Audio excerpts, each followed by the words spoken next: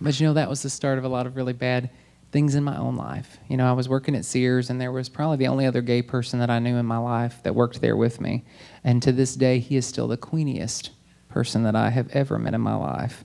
He would take the stick that they get the clothes down from my pie with.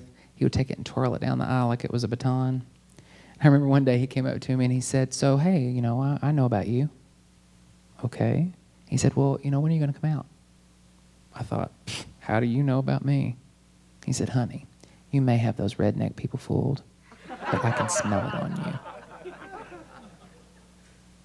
Okay. He said, "Now you know that your parents are going to find out." He goes, "Now it's best that you tell them." He said, "Because if you don't," he said, "they're going to hear it from somebody on the street." I said, I don't want to tell them. They're not going to know. They haven't known all these years, through all the He-Man figures, the training bra, they have no clue. He said, "They're going to find out, so you need to tell them." So, of course, after he nagged me for about a week, I finally said, "Okay, fine." So I rallied the troops up at Sears and told them what I was going to do and went home. And my dad had just come home from church and was sitting down watching TV. And I remember walking up to him and I said, "Dad, can we talk?" And he said, "Well, just go ahead and say it." I said, "Okay, I'm gay." He said, "You see that door back there?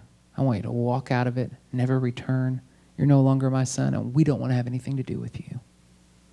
And I don't know if you can imagine, but for a 17-year-old child, what do you really know about the world and what experience do you have? Outside of possum trot, I really didn't have a whole lot. I had, your parents are your only support system that you have, and when they're gone, it's kind of a scary world. And then to top it all off, you have this wonderful brand new life that you know nothing about. That can be scary if you get at the wrong place at the wrong time, especially if you don't know what you're doing. And so I, lived with people the best I could at 17, finished high school, did the best that I could, and till finally I came across the thing of saying, you know what? Just because I've been kicked out of everything, I still want to be normal because I grew up in church. And even though church doesn't want to have anything to do with me, I still want to, not be like the topic of one of Jerry Falwell's Gays Gone Wild videos that he advertised for a long time. Just be normal and have a relationship. And so I thought, you know what? And that could fix the problem. Isn't that what we all do when we don't know what to do with ourselves? We get into a relationship. Because whoever that person is can fix it, and it's their problem. It's not your problem anymore. And so that's what I did. I met probably the third other gay person that I knew, and he was older and had a house, and so I thought, here you go, great combination. This will work. So I moved in, and of course, I wasn't the best judge of characters. It wouldn't be anything at all to have gone to Sears with a black eye or a broken foot because he was just so abusive. And I really understand when people talk about battered housewife syndrome or anything like that. I totally get what that's all about because you're there, you have nowhere else to go, and you don't know how to change the situation, and you care about the person. And so I stuck around in that relationship for about 3 years and just, thought, well, this is everyday life. This is what it's going to be. And one day Sears called and said, we're going to do a friends and family night where we close down the mall door and then you can sing. We want you to sing. And I hadn't sung for, almost 3 years at that time. And, Sears was just all about it. I was so excited. I said, oh my gosh, I'm going to get to sing again.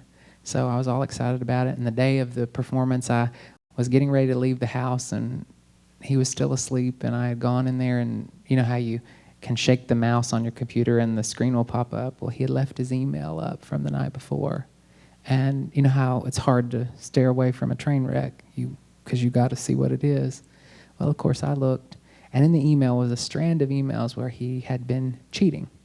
Now, for me, growing up in a Christian home and all that, even though I was gay and out of the closet, I still, and was putting up with what I was putting up with, I certainly didn't think that I'd be cheated on, right? So I went in and confronted him, and he told me, he said, that's none of your business. You live under my roof, and it's none of your business, so you just need to shut up. And he got dressed and left, supposedly, I guess, to go meet the trick or whatever it was. And there I sat, and I think I had this epiphany where I said, you know what? I finally get it. The church doesn't want me. My family doesn't want me. My friends don't want me. And now the person that I'm with, who I gave everything up for to be with, doesn't want me either. And God doesn't want me. So you know what? I don't need to be here anymore. So I did what any good gay boy would do and put on my favorite outfit, went in the bathroom and lacquered up the hair so much that no one would ever be able to move it, and so that I'd have on exactly what I wanted to have on when they found me. Went in there and got a bunch of his alcohol and a bunch of his sleeping pills and laid down in my perfect little Lily Munster pose and said, you know what, this is how they'll find me. And the more I laid there, I kept thinking to myself, you know what, this isn't messy enough. It's going to have to be worse than this, because my dad's going to find out what happened. He's going to cover it up, and he's going to act like, oh, he had a health problem and, still be the perfect father, and no one would ever really know what happened or what he did. And so I kept, in my own heart, I said, you know what, I have to get up and make this messy. So I stumbled to the kitchen in my stupor and got a knife and began to cut myself wherever I could just to make it messy. And somewhere along the way, I passed out. And when I woke up, I was in the emergency room, and come to find out what had happened is the boyfriend had left and been gone about an hour, but he'd forgotten his wallet. And so when he came back to get his wallet, he found me. And you know what? For the longest time, I was mad that I had survived. Because you know what? Didn't God want me dead too? There are times when we go through things that we don't get, we don't understand, and you know what? We can't pray for ourselves, and we can't hear God, and we don't know what the next step is. So I went back to Sears and started working. And the little guy who had, kind of told me about that I should tell my parents came up and said, well, you know what? He said, we need to talk. And I thought, honey, we have nothing to say to each other. You told me to come out to him, I did, and look at what it's done. And he said, I know you're going through a rough time. He said, have you ever thought about going to church? I just looked at him, I'm like, what planet are you from? Did they not have church where you come from? Because we're not going to be able to go. It doesn't work. He said, no, it's a gay church. I said, that's like a more daylight, less smoky version of a bar, right? And he said, no, it's real church. And believe it or not, Paducah didn't have a gay bar at the time, but we had an MCC. So he nagged me for weeks and weeks and weeks, and every day he'd come up with that stupid baton. Gonna go to gay church with me this Sunday? Gonna go to gay church with me this Sunday? And it would annoy me. I just go, no, I'm not going to do it. So finally he'd come up and he started singing, you going to go to gay church with me this Sunday? And I finally said, if I have to hear this one more time, I'll slip my wrist. So no. So I went up to him and I finally said, yes, I'll go. So of course I found my way on the doorstep of MCC that Sunday. And, I did the same thing any good gay boy would do the first time they come to gay church. I dressed way up. And when I say way up, look at how we're all dressed now. You'd have thought I was going to the opera. We don't dress up in MCC, but no one gave me the memo. But I dressed way up, sat on the very back row, and showed up way past gay standard time because I didn't want whatever was up here to get me. And for the first time, I felt that same feeling that I felt when I was a little kid. That same feeling that nothing in the world could separate me from the love of God.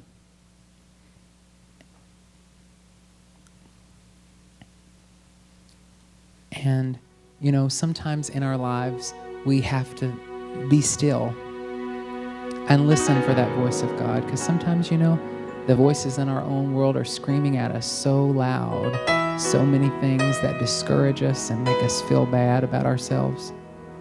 But you know what? If we tune all that out and listen to the very still, small voice of God, it speaks peace. And it simply says this: I am not the challenge. I am not the war. Children, please lay down your armor, 'cause you don't need it anymore. You've been building your defenses since you were just a kid. But they're not gonna serve you now the way that they once did. 'Cause I'm not the enemy, my child, you don't understand, so you keep fighting me. I'm not the enemy, I like you've never been loved. I am not the enemy. Ooh.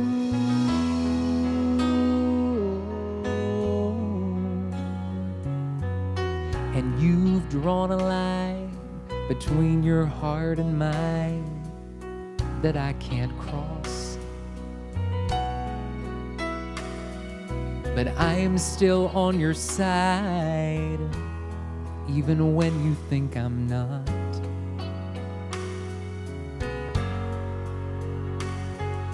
My child, I would show you if you just let down your guard long enough to see it doesn't have to be this hard.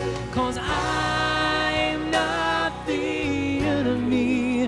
You just don't understand, so you keep fighting me. I'm not the enemy. I am the one who loves you like you've never been loved.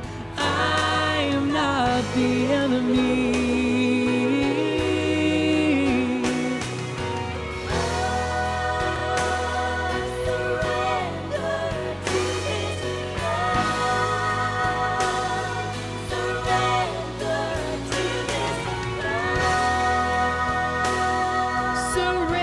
Surrender to this love.